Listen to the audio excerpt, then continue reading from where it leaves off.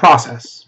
It's the thing that I'm obsessed with. I'm obsessed with the process, the steps, the thing that you need to do on a regular basis so you can achieve the thing that you want to achieve. That's what I'm obsessed with. Whatever I want to achieve, I'm obsessed with trying to immerse myself into the process. And a lot of the time, the goal is really not that important. I mean, the goal is important. It's going to take you somewhere, but sometimes I just get so stuck in the process because I know that I attach myself to the goal, right? If you don't accomplish something, you set too high of expectations for yourself and you miss, you get disappointed, you feel bad. Or maybe you pressure yourself too much and you kind of lose your mind.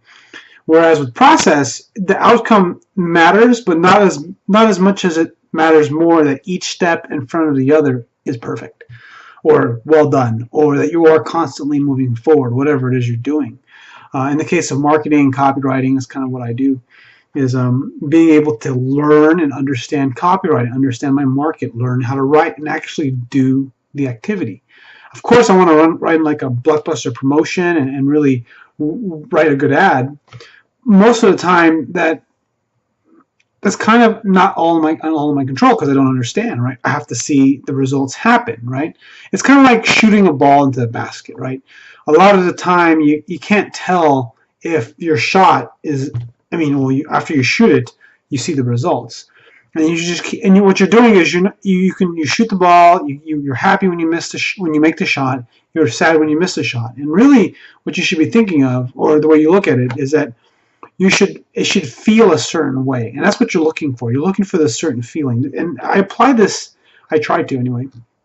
I try to apply this to everything that I do, and I think you should do too. Because the problem is with like weight loss, losing 10 pounds, 20 pounds, getting stronger. Excuse me. Getting stronger. Trying to figure out an injury. Trying to make more money, you can't really directly impact it right away. I mean, you can move the needle, but a lot of time there's this long loop that happens, right? You have to do something or proceed in an activity, and then you have to wait for the results to come in. The results aren't always instantaneous. So what you have to do is you kind of have to aim somewhere else, if that makes any sense. Right? So like in fitness, if you're losing weight, you can track how much time you exercise a day, how much cardio you do, how many calories you take in. But a lot of the time your weight is not going to move day by day. You can only really, it will in the beginning, but usually it's not going to. You have to focus on the little things or the behaviors that sort of telegraph where you're going to go. And a lot of the time when it comes to weight loss, it's really just, for the most part, it's eating good foods, not eating bad foods, and exercising on a regular basis and tracking all those things. And this is what it is. Like, see, and I remember seeing this thing on Instagram. Someone asked, "What would you, if you could take a pill that could allow you to live the life that you want?" Was it Ramit Sethi, if you know who he is? He wrote this, and I responded with, or commented and said, my brain won't allow me to do that. It makes me like the perfect day, because right now I want to be rich, right? I want to make a lot of money, and the question is how much money, and how do I want to do it, right? And they're difficult questions. They really are, like I just telling you, like talking about the goal, setting the goal, and then like, I want to build something. I don't know what. I'm not sure. That's the problem. I do know I want to make a crap load of money so I can put my kids through college or, whatever, make it secure for my family, or it's just, I don't know, it's always something I want to do. I always wanted to be rich, or so I want to. In some aspects, I'm already rich, but I just want more financial freedom, not even financial security. And it's just really a matter of like, how much more money do I need? I don't need any more money. I'm probably fine where I'm at. It's just really more that I want more, and I want to play the money game, the business game. And I'm saying this to you because I want to get enthralled in the thing that will get me there, but not be too focused on accomplishing, $100 million, $10 million, whatever amount that I'm gonna shoot for. But it's really more about like the thing that I need to get good at, the skills of being a business owner, the skills of communicating with other people, the skills of hiring people, the skills of conducting good business, building a reputation, things that you really can't, that you can affect day to day, but they don't necessarily move. Like the thing that you're working on today for example, let's say I want to make 100 million bucks, right? Or be $100 million net worth. That's a lot of money to build something of that great value for the world. And to do that, the thing that you're working on that's worth basically nothing could be that thing. You know, you won't really know until you actually, you know, get to the end, if you ever get to the end. You don't even know. So that's kind of why I bring this up, because process. Like one foot in front of the other. Think about the thing that you need to do next. Think about the thing that you're doing now. And then you think about your goal. Like that's basically what it is. Lose 10 pounds. What are you doing now? What are you doing next? Think about your goal. What are you doing now? What are you doing next? Because that's all that matters. Because sometimes we get too caught up in like, I got to wake up early, I got to go to the gym, and then I got to, you know, get off work, pick up my kids, then go to the gym, or you know, prepare my meals. Like there's just so much, and you have to kind of plan for those kind of things. That's kind of why you kind of put on a schedule. But really, what you're trying to do is you can overwhelm yourself with all the little nitties and gritties that you allow yourself to just get too distracted from the thing that you need to do next. You know, oh, who's this? What do we got here? Hi.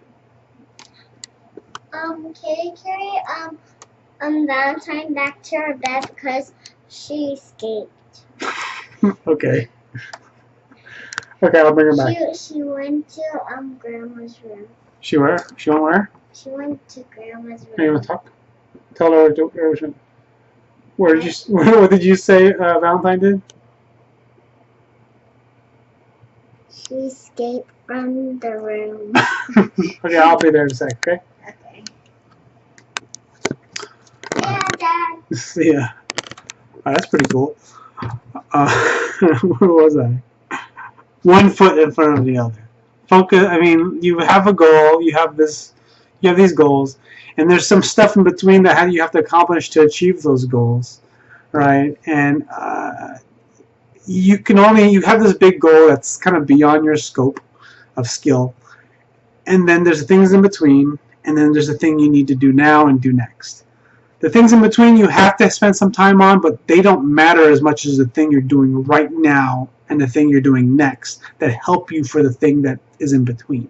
But the problem is you really don't know until you get there, right? You don't know. Like, what's a good story that I had? Well, I'll just do a fitness manager story. Like I was in the gym. When I ran a gym, right, and I was a trainer, and I became a fitness manager, like, you know, the number one thing to get you promoted was to sell lots of training. Well, to sell lots of training, and before you can sell lots of training, you have to provide good service and get repeat business, right? And then you get put on the map to be promoted, right? Of course I want to get promoted, but I'm not going to get promoted if I'm not focused on the thing that makes me even a candidate to get promoted, right? And then I get promoted, right? And then, you know, my next goal is to be like a district manager, become, you know, higher up in the ladder. And you know, the thing is, like, no matter how much I ask or how much I want the promotion, it's really about results. And the way it gets some results is hitting this big target, you know, whatever, $30,000, $100,000 in personal training sales. But I can't do that by myself. I have to motivate the team. So that means I can sell lots of training, right, for myself, to some of my clients, but also teach my trainers to sell more, to do the activities, get them focused on the next thing that they need to do, right? And really what that means for me is for me to improve my communication and motivational skills to influence my trainers to sell more training. And I can't really directly move the needle, right? I have to actually encourage, I have to like I can't be too focused just, you know, because that's what happened to me actually. I made a bunch of mistakes. Like I was just this asshole of a coach because I just got so obsessed with making sales, right? And then my trainers hated me, and it wasn't very good. So I mean, in the short term, I did really well. Don't get me wrong. I actually was doing very well, but you know, in the long term, it was terrible, right? I didn't promote very many people. I didn't have many people really. I don't know, stick up for me. I guess I did. I don't know. Anyways, I'm getting off track. My point is that you focus on like the thing you're doing now and the thing you're doing next with the big goal in mind. The things in between, you worry about it when you cross that bridge. And weight loss, fitness, business, life, career, YouTube channel, writing, I don't know, whatever you want to do. The thing is the thing you're doing now and the thing you're doing next. The thing you're doing now and the thing you're doing next. You know, that's where basically 80 to 90% of your effort should be. The other 10% is the things, kind of thinking about the things in between and whatnot. Anyways, thanks for watching. I'll see you later. My daughter escaped into her grandma's room, so I gotta put her back. All right, bye.